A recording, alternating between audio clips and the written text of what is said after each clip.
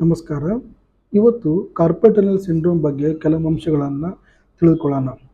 Carpal tunnel syndrome ಅಂದರೆ ಕೈಯಲ್ಲಿ median nerve ಅದು ಒತ್ತಿದಾಗ ಆಗುವ ಸಮಸ್ಯೆ.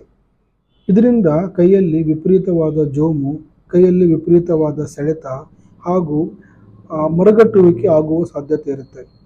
ಇದು ಅಲಕ್ಷ್ಯ ಮಾಡದಲ್ಲಿ ಮುಂದೆ ಹೋಗಿ ಕೈಯಲ್ಲಿ ವೀಕ್ನೆಸ್ ಆಗುತ್ತೆ.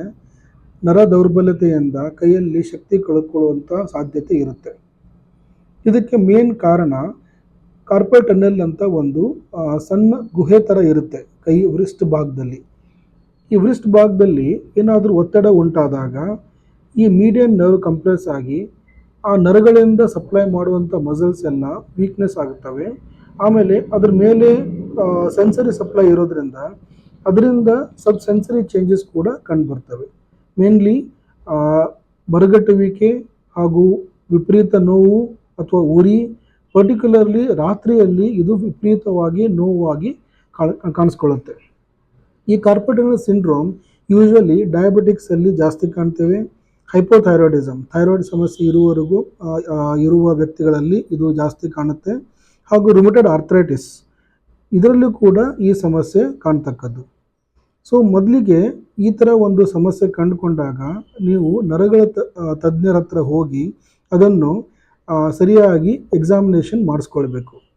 ನಾವು ಈ ಥರ ಒಂದು ಪೇಷಂಟ್ಗಳು ಬಂದಾಗ ಫಸ್ಟ್ ನಾವು ನರ್ವ್ ಕಂಡಕ್ಷನ್ ಸ್ಟಡೀಸ್ ಅಂತ ಮಾಡ್ತೀವಿ.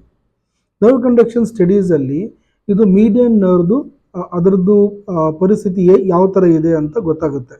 ಕಂಪ್ರೆಷನ್ ಇದೆಯಾ ಅಥವಾ ಏನಾದರೂ ಇರಿಟೇಷನ್ ಇದೆಯಾ ಅಂತ ಗೊತ್ತಾಗುತ್ತೆ.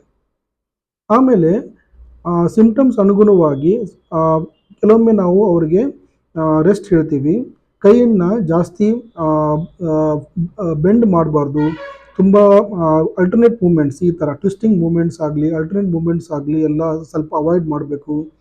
ಆ್ಯಂಡ್ ಮೇನ್ಲಿ ಕಾರ್ಪಲ್ ಟನಲ್ ಸ್ಪ್ಲಿಂಟ್ ಅಂತ ಕೊಡ್ತೀವಿ. ಈ ಕಾರ್ಪಲ್ ಟನಲ್ ಸ್ಪ್ಲಿಂಟು 6 ರಿಂದ 8 ಗಂಟೆವರೆಗೂ ಹಾಕೋಬೇಕು. ಇದರಿಂದ ಒಂದು ಸ್ವಲ್ಪ ರಿಲೀಫ್ ಆಗುತ್ತೆ. ಸ್ವಲ್ಪ ಐಸ್ ಪ್ಯಾಕಿಂದನೂ ಸ್ವಲ್ಪ ಇದಕ್ಕೆ ಬೆನಿಫಿಟ್ ಆಗುತ್ತೆ.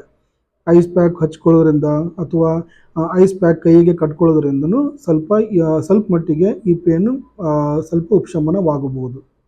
ಅದ್ರ ಜೊತೆಗೆ ಕೆಲವೊಂದು ಮೆಡಿಸಿನ್ಸ್ ಕೊಟ್ಟಾಗ ಈ ಒಂದು ಸಮಸ್ಯೆ ಒಂದು ಲೆಕ್ಕದಲ್ಲಿ ಅದು ಇಂಪ್ರೂವ್ಮೆಂಟ್ ಆಗೋ ಸಾಧ್ಯತೆ ಇರುತ್ತೆ.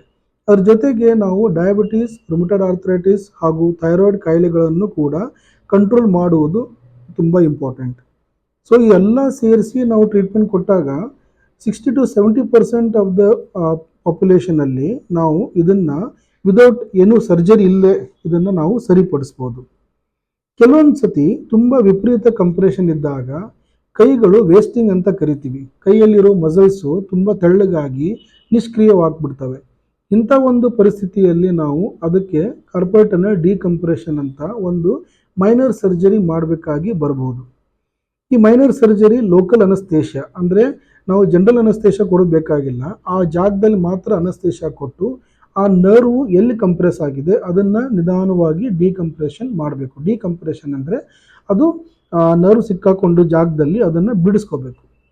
ಈ ಒಂದು ಪ್ರೊಸೀಜರ್ ಮುಕ್ಕಾಲು ಗಂಟೆ ಆಗ್ಬೋದು ಅಟ್ ದ ಮ್ಯಾಕ್ಸಿಮಮ್.